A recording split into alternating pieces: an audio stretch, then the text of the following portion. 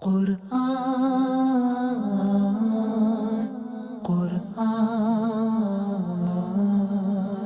قرآن کی روشنی، قرآن کی روشنی۔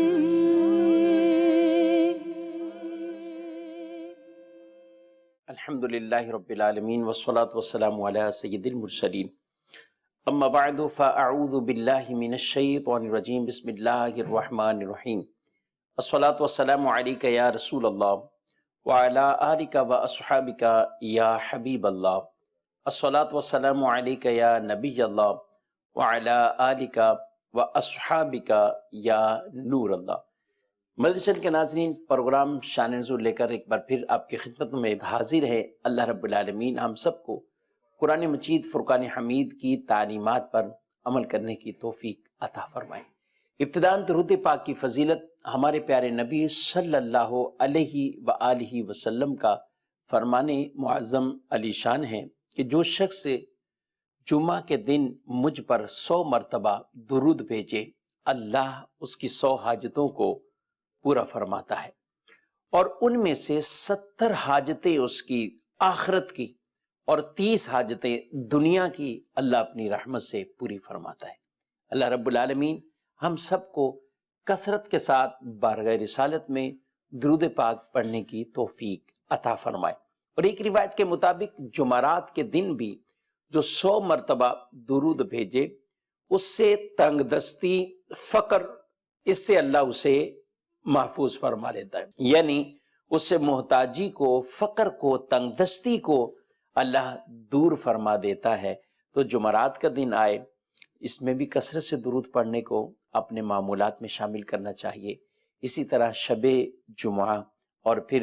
روز جمعہ، اور یہ تو وہ مبارک گھڑیاں ہیں جن میں کثرت سے درود پڑھیں،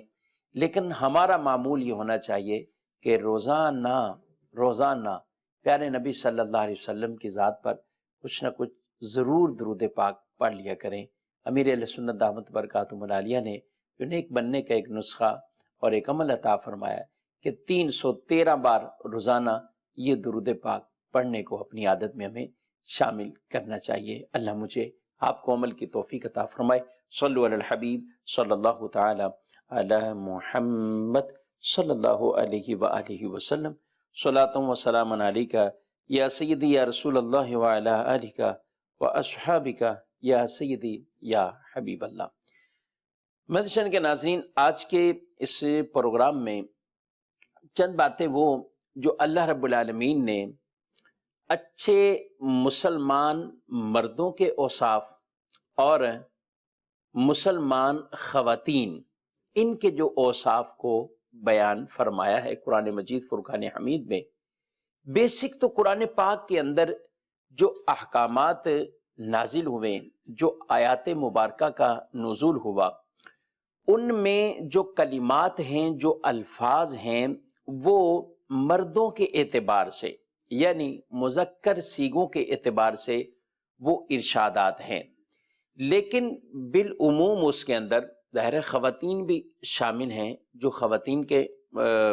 مسائل اور احکامات، الا یہ کہ جو خاص ہی باتیں خواتین کے ساتھ ہیں ان کو جداگانہ طور پر بھی قرآن مجید فرقان حمید میں کئی مقامات پر وہ بیان فرمایا گیا۔ لیکن جو عمومی احکامات ہیں ان میں اگرچہ ذکر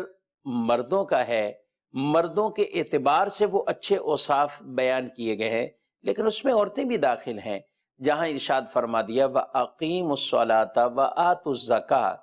کہ نماز کو قائم کرو اور زکوٰۃ کی ادائیگی کرو۔ تو یہاں پر مرد بھی ہیں تو اس میں عورتیں بھی اس حکم کے اندر شامل ہیں۔ اسی طرح قرآن پاک میں بکثرت خطاب یا ایھا الذین آمنوا، اے وہ لوگ جو ایمان لائے، اس کے ساتھ بھی خطاب فرمایا گیا۔ تو یہ خطاب بھی مردوں کے اگرچہ وہ الفاظ، کلمات، صیغے وہ یہاں بیان فرمائے گئے ہیں، لیکن اس سے عورتیں کوئی خالی نہیں، یا عورتوں کے لیے ایسا نہیں کہ یہ احکام نہیں ہیں، بلکہ عورتوں کے لیے بھی وہی احکام ہیں، ایمان والوں سے کہہ کر جو خطاب فرمایا گیا ہے اس میں مرد بھی شامل ہیں، اس میں عورتیں بھی شامل ہیں، لیکن بعض ایسے احکامات کہ جو خاص ہی عورتوں کے لیے، ان میں عورتوں کا ذکر ہوا۔ اب ہوا معاملہ یہ کہ نبی کریم صلی اللہ علیہ وآلہ وسلم کی بارگاہ میں کچھ عورتیں وہ حاضر ہوئیں، اور انہوں نے حضور صلی اللہ علیہ وآلہ وسلم سے ایک بات دریافت کی ہے۔ کہا کہ عورتیں یہ تو بڑے نقصان میں ہیں۔ تو آپ صلی اللہ علیہ وسلم نے فرمایا عورتیں کیوں نقصان میں؟ تو کہنے لگیں کہ یا رسول اللہ صلی اللہ علیہ وسلم، قرآن میں مردوں کی وہ بات بیان ہوئی ہے، مردوں کا ذکر ہوا ہے، عورتوں کا نہیں ہے، تو اس اعتبار سے تو عورتیں وہ نقصان میں کہ قرآن میں خیر کے ساتھ عورتوں کا اس طرح ذکر نہیں ہے۔ تو آپ صلی اللہ علیہ وآلہ وسلم نے سکوت فرمایا، خاموشی اختیار فرمائی۔ اور جب پیارے نبی صلی اللہ علیہ وآلہ وسلم کسی معاملے میں آپ خاموش ہوتے تھے تو صحابہ کرام علیہم رضوان اسی طرح جو بھی سوال کرنے والے ہوتے تو وہ سمجھ جاتے کہ آپ صلی اللہ علیہ وسلم اس کا جواب ابھی فی الفور نہیں ارشاد فرما رہے، یا تو آپ اس کا جواب بعد میں دیں گے، یا آپ اس کے جواب میں اللہ کی وحی کا انتظار فرما رہے ہیں۔ اور ایسا کئی مرتبہ ہوا کہ رسول مکرم صلی اللہ علیہ وآلہ وسلم نے جب خاموشی اختیار فرمائی، سکوت فرمایا، تو اسی وقت وحی آ جاتی، یا قدرے کچھ وقفے سے، کچھ دیر بعد سے، یا کچھ دنوں بعد اللہ اس کے بارے میں حکم ارشاد فرما دیتا، اور یوں پھر نبی کریم صلی اللہ علیہ وآلہ وسلم اس حکم کو لوگوں پر واضح فرما دیتے۔ تو یہاں عورتوں نے جب بارگاہ رسالت میں عرض کی کہ آقا یا رسول اللہ صلی اللہ علیہ وآلہ وسلم اس طرح ہمارا خیر کے ساتھ وہ تذکرہ نہیں ہے، جو بھی ہے وہ مردوں کے ساتھ یوں بیان فرمایا گیا ہے، قد افلح المومنون الذین هم فی صلاتهم خاشعون، فرمایا بے شک مومن وہ کامیاب ہوئے، کون سے؟ الذین هم فی صلاتهم خاشعون، وہ جو اپنی نمازوں میں ڈرنے والے ہیں، جو اپنی نمازوں میں خشوع و خضوع اختیار کرنے والے۔ تو یہاں پر بھی جو کلمات ہیں جو بیان ہوئے ہیں وہ مردوں کے الفاظ کے ساتھ ہیں، تو قرآن میں بکثرت احکامات وہ اسی طریقے سے بیان کیے گئے ہیں۔ میں ابتداءً عرض کر چکا ہوں کہ اس سے مراد صرف مرد ہی نہیں، اس کے اندر عورتیں بالکل شامل ہیں۔ ہاں، مردوں کے اعتبار سے وہ کلمات ہیں، صیغے ہیں، الفاظ ہیں، لیکن عورتیں بھی ان احکامات میں وہ شامل اور داخل ہیں، الا یہ کہ کہیں خاص طور پر وہ حکم ہی کوئی مردوں کے ساتھ خاص ہوئے اور کوئی عورتوں کے ساتھ خاص ہے۔ لیکن جب بارگاہ رسالت میں اس طرح عورتوں نے آ کر یہ ایک عرض کی ہے تو حضور صلی اللہ علیہ وآلہ وسلم کے سکوت فرمانے کے بعد پھر اللہ نے آیت مبارکہ کو نازل فرمایا، اور سورۃ الاحزاب 22ویں پارے کے اندر اللہ نے وہ کلمات ارشاد فرمائے، وہ آیت مبارکہ کہ جس کے اندر جیسے جیسے مردوں کا ذکر کیا ایسے ہی ساتھ خواتین کا، مسلمان خواتین کا بھی ذکر فرمایا، اور ان کے بھی وہ خوبصورت اوصاف قرآن مجید فرقان حمید نے ان کو بیان فرمایا ہے۔ آئیے وہ آیت مبارکہ وہ بھی سنتے ہیں، اور ساتھ ساتھ وہ کلمات جو ان مردوں کے ساتھ ساتھ عورتوں کے لیے اللہ رب العالمین نے ارشاد فرمائے ہیں، اور وہ اچھے اوصاف بیان کیے ہیں کہ خواتین کے اندر بھی یہ اگر وصف آ جاتے ہیں تو اللہ نے ان کے لیے بڑا اجر تیار کیا ہے، اللہ نے ان کے لیے بڑے انعامات وہ تیار فرمائے ہیں۔ تو سورہ احزاب ہے، آیت نمبر اس کی 35 اور 22ویں پارے کے اندر ابتدا میں ہی یہ آیت مبارکہ ہے۔ اللہ رب العالمین ارشاد فرماتا ہے، بسم اللہ الرحمن الرحیم، ان المسلمین والمسلمات والمؤمنین والمؤمنات، ارشاد فرمایا بے شک مسلمان مرد اور مسلمان عورتیں، ایمان والے مرد اور ایمان والی عورتیں، والقانتین والقانتات، اور ارشاد فرمایا اور فرما بردار مرد اور فرما بردار عورتیں، والصادقین والصادقات، اور سچے مرد اور سچی عورتیں، والصابرین والصابرات، اور صبر کرنے والے مرد اور صبر کرنے والی عورتیں، والخاشعین والخاشعات، اور عاجزی اختیار کرنے والے مرد اور عاجزی کرنے والی عورتیں، والمتصدقین والمتصدقات، ارشاد فرمایا اور صدقہ دینے والے مرد اور صدقہ دینے والی عورتیں، والصائمین والصائمات، اور روزہ رکھنے والے مرد اور روزہ رکھنے والی عورتیں، والحافظین فروجہم والحافظات، اور اپنی پارسائی کی حفاظت کرنے والے مرد اور حفاظت کرنے والیاں عورتیں، والذاکرین اللہ کثیرا والذاکرات، اور اللہ کو کثرت سے یاد کرنے والے، اللہ کا کثرت سے ذکر کرنے والے مرد اور اللہ کا کثرت سے ذکر کرنے والی عورتیں، اعد اللہ لہم مغفرتا واجرا عظیما، اللہ نے ان کے لیے مغفرت، بخشش اور بڑا ثواب تیار کر رکھا ہے۔ سبحان اللہ، یہ وہ خاص وصف ان آیت مبارکہ کے اندر اللہ رب العالمین نے، اگر اسے یوں بھی یہ بیان ہو جاتا، آ بھی جاتا اس کے کہ جو مسلمان ہیں، جو ایمان والے ہیں، جو روزہ رکھنے والے ہیں، جو اللہ سے ڈرنے والے ہیں، جو صدقہ کرنے والے ہیں، جو اللہ کو یاد کرنے والے ہیں، جو اپنی پارسائی کی حفاظت کرنے والے ہیں، اس اعتبار سے بھی بیان ہوتا تو اس میں مرد بھی شامل ہیں، عورتیں بھی شامل ہیں، لیکن یہاں بطور خاص اللہ رب العالمین نے ان خواتین کو، ان کے بھی ان خوبصورت اوصاف کے، ایک مسلمان مردوں میں یہ اچھے اوصاف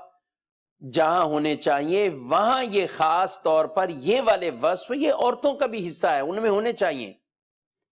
کہ وہ خواتین بھی مسلمان ہیں، ایمان والیاں ہیں، وہ بھی اللہ کو یاد کریں، وہ بھی اللہ سے ڈریں، وہ بھی اللہ کی راہ میں صدقہ کریں، وہ بھی اللہ کو کثرت سے یاد کریں،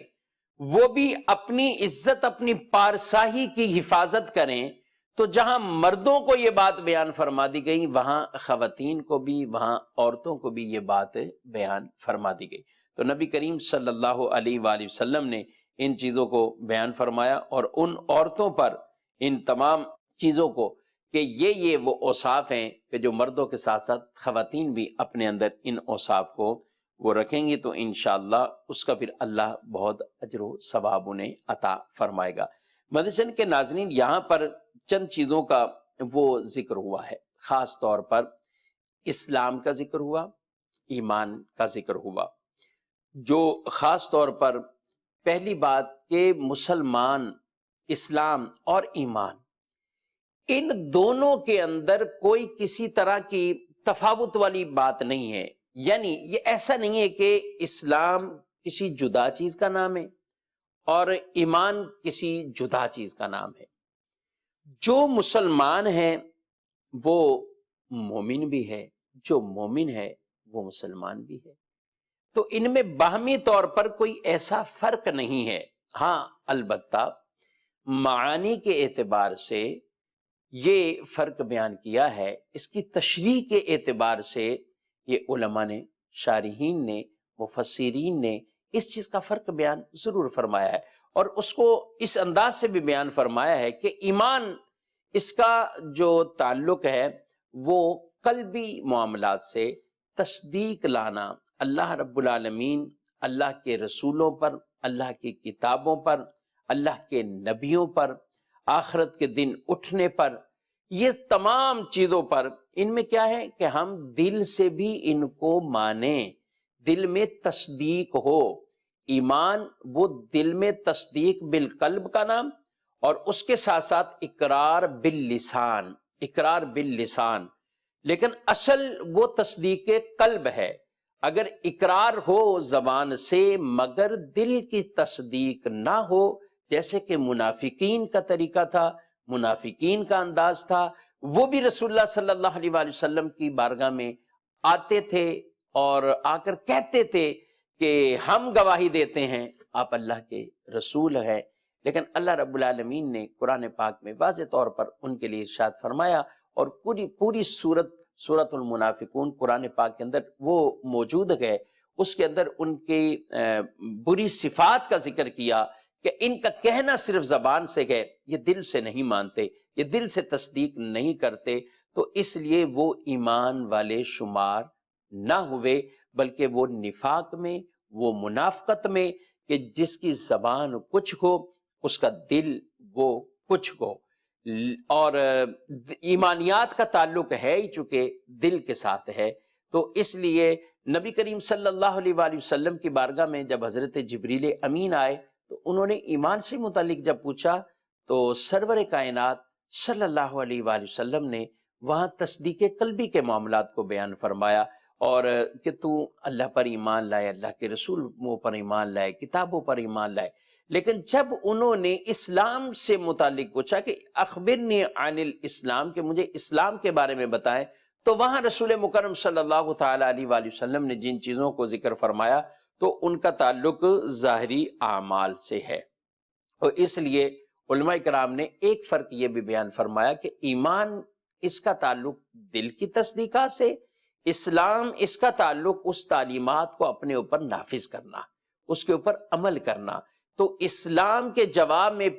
نبی کریم صلی اللہ علیہ وآلہ وسلم نے جن چیزوں کو ذکر فرمایا تو ان کے اندر وہ عمل والی چیزیں ہیں کہ تم نماز پڑھو، تم روزہ رکھو، اگر طاقت ہے تو حج کرو اور زکوٰۃ کی ادائیگی کرو۔ آپ نے وہاں پہ ان چیزوں کو بیان فرمایا ہے۔ تو مسلمان کہتے ہی اسے ہیں کہ جو سر تسلیم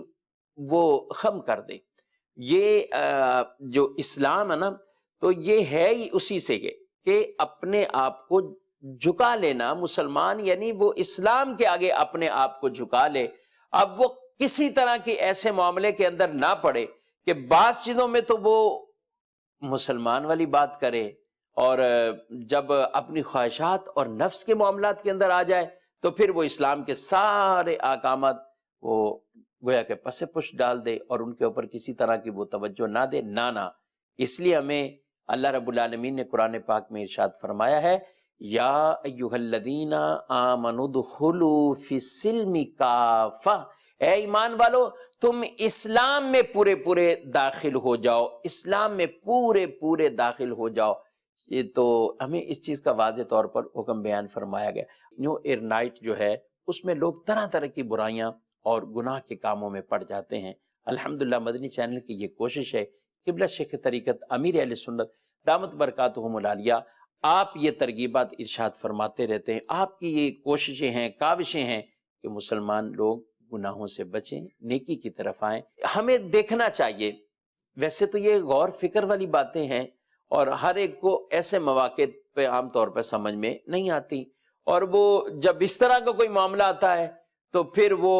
ایک آزادی کے نام پر، پھر وہ خوشی کے نام پر، پھر کسی طرح کا بھی کوئی معاملہ ہو تو وہ پھر شریعت مطہرہ کی حدوں کو کراس کرتا ہوا نہ جانے کہاں سے کہاں تک وہ پہنچ جاتا ہے۔ اور نیو ایئر کے نام سے جو ایک نائٹ کا اہتمام ہوتا ہے، رات گزاری جاتی ہے، اور لوگوں کے اندر ایسی کئی ایک ماحول، وہ طرح طرح کے ہر ایک اپنے رسم و رواج کے مطابق وہ ایک نئے طریقے سے اس کی خوشی کو جو ہے وہ منا رہے ہوتے ہیں، لیکن ہم مسلمان ہیں، مسلمان کا خوشی کا معاملہ ہو یا غمی کا معاملہ ہو، اسے یہ دیکھنا ہے کہ میری یہ خوشی کے لمحات یا غمی کے لمحات یہ شریعت کے مطابق ہیں یا نہیں ہے، اس کو ضرور دیکھنا ہے۔ ہمیں شریعت مطہرہ نے مردوں کو بھی عورتوں کو بھی اور خاص طور پر ان آیات مبارکہ جن کے اندر آج ہم جن کا تذکرہ سن رہے ہیں، رب عز و جل نے ان آیات کے اندر بھی مردوں کے لیے بھی اور عورتوں کے لیے یہ بیان فرمایا ہے، اور یہ واضح طور پر کہا ہے کہ والخاشعین والخاشعات، عاجزی کرنا، رب سے ڈرنا، یہ کیا ہے؟ مرد بھی یہ صفت اپنے اندر پیدا کریں اور مسلمان عورتیں بھی یہ صفت اپنے اندر پیدا کریں۔ ایسا نہیں ہے کہ یہ خاص کوئی اللہ والے ہیں جو اللہ کی راہ میں نکلے ہوئے، کوئی مولانا ہیں یا جن کی وضاقتہ کوئی اسلامی ہے، صرف ان کے لیے اسلامی وضاقتہ تو سب کو اختیار کرنے کی وہ شریعت مطہرہ کے احکامات ہیں۔ مرد ہیں وہ اپنے اعتبار سے اسلامی احکامات اپنے اوپر نافذ کرے، عورتیں اپنے اعتبار سے اپنے اوپر اسلامی احکامات۔ مردوں کو شریعت مطہرہ نے چہرے پر داڑھی رکھنے کا حکم دیا ہے، تو عورتوں کو پردہ کرنے کا حکم دیا ہے۔ تو میں یہ کہہ رہا ہوں کہ بعض چیزیں جو ظاہری وضاقتہ کے اعتبار سے ہم کہتے ہیں کہ یہ خاص اگر اس نے کر لیا تو بس باقی بھی سارے کام اسی نے کرنے، ہم نے نہیں کرنے، کیونکہ ہم نے یہ نہیں کیا ہوا اب یہ بھی نہیں کرنا۔ تو ایسا نہیں ہے میرے بھائیوں، اسلام میں پورے پورے داخل ہونا ہے تو اسلام کے جمیع احکام کو وہ ہمیں ماننا بھی ہے، سر تسلیم خم بھی کرنا ہے۔ اس کے آگے پھر ہم اپنی خواہشات کو وہ نہ رکھیں۔ نبی کریم صلی اللہ تعالیٰ علیہ وآلہ وسلم آپ ایک جگہ سے اب جا رہے تھے تو ایک آدمی کو آپ نے دیکھا تو انگوٹھی پہنی ہوئی تھی، اور وہ انگوٹھی سونے کی انگوٹھی تھی، سونے کی انگوٹھی تھی۔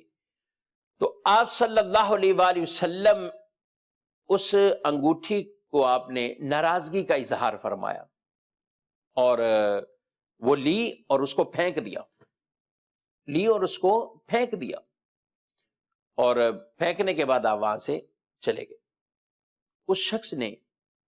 جس نے وہ سونے کی انگوٹھی پہنی ہوئی تھی، ان سے کسی نے بعد میں کہا کہ آپ اٹھا لیں اس کو، آپ لے لیں اس کو، اٹھا لیں۔ انگوٹھی پہننا سونے کی یہ مرد کے لیے یہ اجازت نہیں دی ہے، لیکن اپنے پاس رکھنا، سونا جمع کرنا یا مال کے طور پر رکھنا یا کسی کو آپ بیچ دینا تو یہ تو کر سکتا تھا۔ لیکن اس شخص کا جواب دیکھیے، انہوں نے جواب یہ دیا کہ جس کو رسول اللہ صلی اللہ علیہ وآلہ وسلم نے پھینک دیا ہے وہ میں نہیں اٹھاؤں، وہ میں نہیں اٹھاؤں۔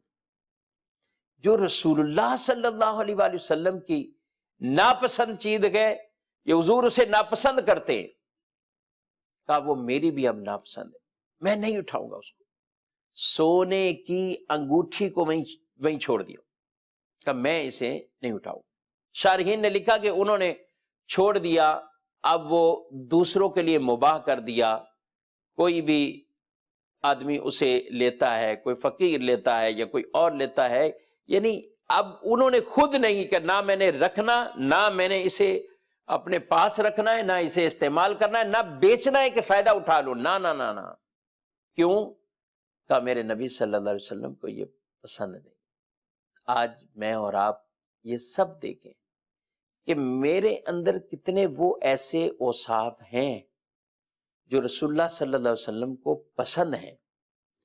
اور میری کتنی ایسی عادتیں یا میرے کتنے ایسے عمل کہ جو رسول اللہ صلی اللہ علیہ وآلہ وسلم کو پسند نہیں۔ تو جو حضور علیہ السلام کی پسندیدہ چیزیں نہیں ہیں، وہ چاہے کسی طرح کی بھی ہوں، وہ چاہے ہماری خوشیوں میں داخل ہوگی ہو یا ہماری غمی کے موقع پر داخل ہو چکی ہو، وہ بچوں کی سالگرہ کے موقع پر وہ چیز داخل ہو چکی ہو، یا نکاح اور شادی کے نام پر وہ چیز ہمارے گھروں میں، خاندان کے اندر داخل ہو چکی ہو۔ جو رسول اللہ صلی اللہ علیہ وسلم کی پسند نہیں، وہ ہماری بھی پسند نہیں۔ یہی کامل مومن کی نشانی ہے، یہی سچے عاشق رسول اور نبی کریم صلی اللہ علیہ وآلہ وسلم کے ایک کامل امتی کی یہ نشانی اور علامت ہے۔ ان چیزوں کو وہ اپنی زندگی سے خارج کر دے۔ تو میں اور آپ سب دیکھیں، اپنی خوشی کے مواقع بھی دیکھیں اور غمی کے مواقع بھی دیکھیں، اپنے ذریعہ آمدنی کو بھی دیکھیں اور اپنے خرچ کرنے والے مواقع بھی دیکھیں کہ ہم پیسہ لیتے بھی گئے کہیں خرچ بھی کرتے گئے، تو میرا لینا وہ کون سی جگہ سے ہے اور میرا خرچ کرنا یہ کون سی جگہ پر ہے۔ جی بعض اوقات لوگ کماتے حلال ہے، خرچ اسے حرام جگہ پہ کرتے ہیں، اور یہ کتنی بڑی رب کی ناشکری ہے، اسراف ہے، تبذیر میں یہ داخل ہے، جسے قرآن میں کہا گیا ہے کہ ایسے لوگ وہ شیطان کے بھائی ہیں کہ مال آدمی کمائے، محنتوں سے کمائے، حلال طریقے سے کمائے، وہ تو ایک الگ کیٹیگری کے جو حرام ہی کما رہا ہے، حرام جگہ خرچ کر رہا ہے اور برے گناہ کر رہا ہے، اس کو اجازت نہیں دے رہے۔ لیکن حلال ذریعے سے بھی کما کر حلال ذریعے پر خرچ کرنا یہ ہماری ذمہ داری بنتی ہے۔ حلال پر خرچ کرنے پر بھی ہم اللہ نے نعمتیں دی ہیں تو پوچھا بھی جائے گا، لیکن جو آدمی حرام پر خرچ کرے گا تو وہ اس کا جواب کیسے دے گا؟ تو یہ ان تمام چیزوں کو آج ہی کوشش کر کے اپنا ایک چارٹ بنا لینا چاہیے کہ میری عادتوں میں، میرے اعمال میں، میرے کردار میں کون کون سی چیزیں جو حضور علیہ السلام کو پسند ہیں اور کون کون سی ایسی چیزیں داخل ہوگی جو آپ کی سیرت، آپ کی تعلیم کے خلاف ہیں، تاکہ ہم اس سے بآسانی وہ باہر نکل سکیں اور اتباع رسول میں ہم آ سکیں۔ تو مدشن کے ناظرین، میں عرض کر رہا تھا کہ اللہ رب العالمین نے یہاں پر جو اوصاف بیان کیے تو ان میں پہلے اسلام کو بھی بیان فرمایا، پھر ایمان کو بیان فرمایا، اور اس کے ساتھ ساتھ پھر آگے عبادتوں کے وہ تذکرے ارشاد فرمائے ہیں، سچ کو بیان فرمایا، والصادقین والصادقات، فرمایا کہ بے شک مسلمان مرد اور مسلمان عورتیں، ایمان والے مرد اور ایمان والی عورتیں،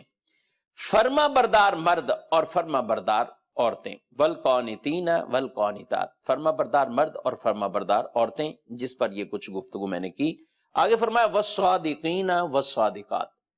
اور سچے مرد اور سچی عورتیں۔ یہ سچ ایسی ایک دولت ہے جو ہر مسلمان مرد کے پاس بھی ہونا چاہیے اور ہر مسلمان عورت کے پاس بھی۔ سچ میں برکت، سچ میں عزت، سچ میں عظمت۔ اگرچہ کوئی دنیاوی کسی طرح کا نقصان پہنچ بھی جائے، لیکن جب آدمی اللہ کی بارگاہ میں وہ سچا لکھا جاتا ہے، کیونکہ حدیث میں فرمایا گیا ہے کہ آدمی سچ بولتا رہتا ہے، بولتا رہتا ہے، بولتا رہتا ہے، یہاں تک کہ اسے اللہ کی بارگاہ میں وہ صدیق لکھ دیا جاتا ہے، وہ سچا بن جاتا ہے۔ تو سچ ایسی دولت ہے، لیکن جو شخص جھوٹ کا سہارا لیتا ہے، کہا کہ جھوٹے شخص کے ایسی بدبو نکلتی ہے کہ جس سے فرشتے بھی اس سے دور ہو جاتے ہیں، فرشتے بھی اس سے دور ہو جاتے ہیں۔ آدمی کئی طرح کے کام نکال تو لیتا ہے، بعض کا دھوکہ دے دیتا ہے، نکال لیتا ہے جھوٹ بول کے، دھوکہ دے کر، حقیقت کو چھپا کر کوئی فائدہ حاصل کرنے کی کوشش کر لیتا ہے، مگر یہ کیا ہے؟ اس کی آنکھوں میں دھول دی، جھوٹ بول دیا، فائدہ حاصل کر لیا، آخرت میں رب کے ہاں تو جواب دینا ہوگا، رب کے حضور تو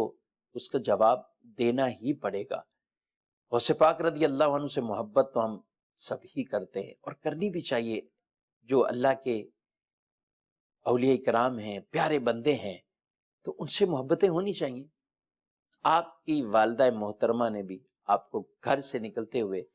جو وصیت فرمائی تھی اور نصیحت فرمائی تھی، اور علم دین کے لیے جب آپ اپنے گھر سے روانہ ہو رہے ہیں، یہی فرمایا کہ بیٹا اب قیامت کے دن ہی ہماری ملاقات ہوگی، لیکن ساتھ یہ نصیحت فرمائی تھی کہ سچ کو ہمیشہ اپنے پاس، اپنے دامن میں سمیٹ کے رکھنا، سچ ہی زبان پر آئے۔ وہ تو تھے ہی اللہ کے پیارے، مہاجر ذات ولی ہیں، پیدا ہوتے ہی گویا کہ وہ روزہ رکھ رہے ہیں، اور آپ اپنی والدہ کا رمضان میں دن کے وقت دودھ نہیں پیا کرتے تھے، یعنی یہ ابتدائی سال کی بات کر رہے ہیں، اور اس سے جتنی مدت میں ایک بچہ اپنی ماں کا دودھ پیتا ہے، تو یہ اس طرح کی ولایت والے، لیکن آپ کو بھی یہی نصیحت فرمائی۔ آج ان سے محبت کرنے والے، ان سے چاہنے والے، ان کا ذکر کرنے والے، ان کی 11ویں شریف کا اہتمام کرنے والے، یہ ان کی سیرت کا یہ اہم ترین یہ جو سیرت کا ایک اہم ترین ٹاپک ہے اور ان کا ایک کردار ہے ہمیشہ سچ بولنا، ہر مسلمان مرد کے لیے بھی اور مسلمان عورتوں کے لیے۔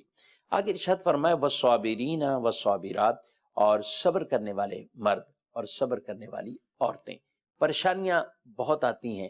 لیکن حقیقتاً وہی ہے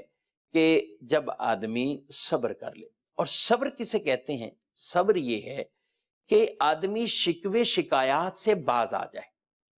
شکوے اور شکایات سے باز آ جائے۔ ہر طرح کا شور کر دیا، ہر طرح کا وویلا مچا دیا، اور جگہ جگہ ناشکری والے کلمات کہہ دیے، سب کو ناشکری والی کلمات کہتے ہوئے سب اپنی پوری سٹوریاں بھی بیان کر دی، سب کچھ کر دیا۔ اور بعض تو ایسے ہیں کہ اللہ سے ڈرتے نہیں ہیں، کہ کوئی مصیبت کا وقت آئے تو وہ رب کی ذات کے حوالے سے بھی ایسے شکوے شکایت کر دیتے۔ اور بعض ایسی چیزیں کہ جب آدمی ایسے کلمات بول دیتا ہے، اعتراض والے کلمات بول دیتا ہے، رب کو اتنی وہ کلمات ناراض کر دیتے ہیں، اور شرعی احکامات کے اعتبار سے آدمی وہ کفر میں بھی پڑ جاتا ہے، کفر میں بھی پڑ جاتا ہے، ایسے کلمات بھی بعض کا نکل آتے۔ تو صبر کیا ہے؟ صبر یہی فرمایا گیا ہے کہ صدمہ اولا، جب اسے پہنچا ہے صدمہ، اب صبر کرنا ہے۔ سب کچھ کر کرا کے آخر میں کہے کہ میں صبر ہی کر رہا ہوں، تو یہ تو ہر کوئی کرتا ہے، وہ تو سارے یہی کریں گے، اور کیا کرتے ہیں؟ کسی کا انتقال ہوگا تو اب کیا ہوگا؟ صبر تو ہر ایک نے بھی بعد میں جو بھی کر لیا بعد میں صبر کر کے بیٹھ جانا۔ تو صبر سے مراد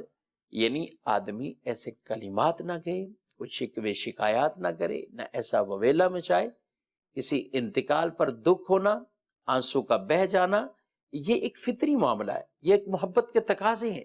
اس سے کوئی انکار نہیں ہے۔ لیکن اللہ کی رضا پر اور رب کی بنائی ہوئی اس تقدیر پر جو ہمارے لیے اس نے مقدر فرمایا، اس پہ راضی رہنا، رضا بالقضاء، یہ پھر اس کو جب درجہ مل جاتا ہے صبر والا، تو پھر وہ اللہ کے ہاں صابرین جن کو لکھا جاتا ہے۔ اللہ خود قرآن مجید فرقان حمید میں ارشاد فرماتا ہے وَبَشِّرِ الصَّابِرِينَ، اور صبر کرنے والوں کو وہ خوشخبری دیجئے، ان کو بشارت دیجئے۔ کون سے ہیں وہ لوگ جو صبر کرتے ہیں؟ الَّذِينَ إِذَا أَصَابَتْهُمْ مُصِيبَةٌ قَالُوا إِنَّا لِلَّهِ وَإِنَّا إِلَيْهِ رَاجِعُونَ، فرمایا وہ جنہیں مصیبت پہنچے اور پھر وہ کیا کہتے ہیں، ان کی زبان سے پھر یہ نکلتا ہے کہ بے شک ہم اور جو کچھ ہمارے پاس ہے وہ سارا کیا ہے؟ للہ، وہ اللہ کا ہی ہے، وَإِنَّا إِلَيْهِ رَاجِعُونَ، اور ہم نے اسی کی طرف لوٹ کر جانا ہے۔ اولئک علیہم صلوات من ربہم ورحمہ واولئک ہم المہتدون، یہ ہیں کہ جنہیں ان کے رب کی طرف سے ان پر رحمتیں ہیں اور وہی ہدایت والے ہیں، یہ ہدایت یافتہ ہیں، ان کو اللہ کی طرف سے ایسی توفیق اور ہدایت وہ نصیب ہوئی ہے کہ یہ ایسے مواقع پر بھی اللہ کا شکر ادا کرتے ہیں اور صبر کا دامن وہ اپنے ہاتھوں سے نہیں جانے دیتے۔ آگے ارشاد فرمایا کئی چیزوں کا بیان فرما کر کہ اللہ سے ڈرنے والے، اللہ کی راہ میں صدقہ کرنے والے مرد اور صدقہ کرنے والی عورتیں۔ صدقہ جہاں مردوں کے لیے فائدہ مند ہے اور مردوں کو وہ فضائل حاصل ہوتے ہیں، وہیں خواتین کو بھی اپنے لیے اپنے مال سے وہ صدقہ کرنا چاہیے۔ عورتوں کو بھی یہ عمل، نبی کریم صلی اللہ علیہ وسلم عورتوں کے پاس سے گزرے تو آپ نے انہیں صدقے کی ترغیب ارشاد فرمائی اور انہیں کہا کہ صدقہ دو اللہ کی بارگاہ میں، تو عورتوں نے اپنے بعض زیورات کو بھی اتار کر بارگاہ رسالت میں وہ جو قاصد تھا، جن کی ذمہ داری تھی وہ صدقہ وصول کریں اور رسول اللہ صلی اللہ علیہ وسلم کی بارگاہ میں وہ پیش کریں تاکہ آپ آگے تقسیم فرمائیں، تو ان کی اس چادر میں اپنے کنگنوں کو، اپنے زیورات کو وہ بھی ڈال کر اللہ کی راہ میں دیا۔ یاد رکھیں، مرد اپنے لیے صدقہ کرتا ہے، ثواب ملتا ہے اس کو، اس میں وہ کماتا ہے، کچھ اللہ کی راہ میں بھی دیتا ہے۔ اسی طرح خواتین کو بھی چاہیے، یہ جذبہ ہونا چاہیے کہ وہ اپنی نیکی یہ اختیار کرتے ہوئے اپنے مال کے اندر یہ نیکیاں شامل کرنے کے لیے اپنے مال سے صدقہ کریں. کچھ نہ کچھ آپ کہیں گے کہ خواتین بالفرض یہ کہیں، اور عموماً کہتی بھی ہیں ہمارے پاس کہاں سے مال آیا، ہمارے پاس مال نہیں ہے. حالانکہ زیورات بھی ان کی ملکیت میں ہوتا ہے، وقتاً فوقتاً کچھ اور اموال بھی ان کی ملکیت میں ہوتے ہیں، تو خرچ کریں. اس طرح شوہر کے مال سے خرچہ کرنا ہے تو یا صدقہ دینا ہے تو آپ ان کی اجازت سے اس طریقے سے پھر آپ صدقہ کریں. تو یوں خواتین بھی صدقے میں شامل ہو سکتی ہیں. ہمارا دین بڑا پیارا دین ہے. رسول اللہ صلی اللہ علیہ وسلم کی تو ایک حدیث پاک ارشاد فرمایا جس میں صدقے سے 3 لوگوں کو ثواب اللہ دیتا ہے. صدقے سے 3 لوگوں کو ثواب دیتا ہے. ایک روٹی صدقہ ہے، 3 لوگوں کو ثواب ہے. فرمایا گیا ایک تو گھر کے سربراہ مالک کے لیے کہ جس نے یہ اناج حاصل کیا، کمائی کی، جو بھی کیا، اور اس کے ذریعے وہ مال گھر میں پہنچا. اچھا، دوسرا فرمایا کہ وہ خاتون جو گھر کے اندر اس روٹی کو بناتی ہے، وہ اس کو پکاتی ہے، اور تیسری وہ خادمہ اور یا وہ غلام جو اس روٹی کو کسی حقدار تک پہنچا دیتا ہے. اللہ ان 3 کو اجر و ثواب عطا فرماتا ہے. یہ رب کی رحمتیں ہیں اور پیارے رسول صلی اللہ علیہ وسلم کی وہ خوبصورت بشارتیں ہیں جو ایمان والوں کو اور اپنے امتیوں کو انہوں نے عطا فرمائی ہے. تو صدقے کے اندر جو معاون بھی بن جاتا ہے اللہ اسے بھی ثواب دیتا ہے. تو میں ان خواتین سے بھی کہوں گا، بالفرض کوئی کہے کہ ہمارے پاس کچھ نہیں ہے، ٹھیک ہے، آپ کے گھر پر ہے، آپ کے شوہر کے پاس ہے، آپ کے بھائیوں کے پاس ہے، آپ کے والد کے پاس ہے، آپ ان کو ترغیب دیں، ان کو ترغیب دیں اور وہ اس طرح اللہ کی راہ میں خرچ کریں.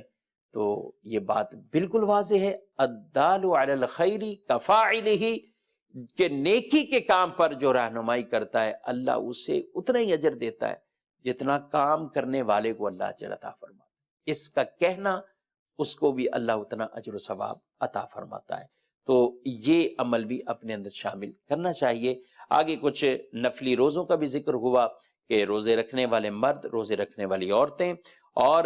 بالخصوص اپنی پارسائی کی حفاظت کرنے والے مرد اور اپنی پاک دامنی کی حفاظت کرنے والی عورتیں، اللہ کو کثرت سے یاد کرنے والے مرد اور کثرت سے یاد کرنے والی عورتیں، اعد اللہ لہم مغفرتا و اجرا عظیما، ارشاد فرمایا اللہ نے ان کے لیے مغفرت اور اجر عظیم، بہت بڑا ثواب تیار کیا ہے. اللہ رب العالمین مجھے آپ کو عمل کی توفیق عطا فرمائے. اور قرآن پاک کے اندر یہ خوبصورت اوصاف مردوں کے لیے اور عورتوں کے لیے بیان ہوئے، رب تعالیٰ مجھے بھی اس پر عمل کرنے کی توفیق عطا فرمائے، مدنی چینل کے تمام ناظرین کو اس پر عمل کی سعادت عطا فرمائے. مدنی چینل دیکھتے رہیے، مدنی چینل کا ساتھ بھی دیتے رہیے. فی امان اللہ. آمین بجاہ نبی صلی اللہ علیہ وسلم.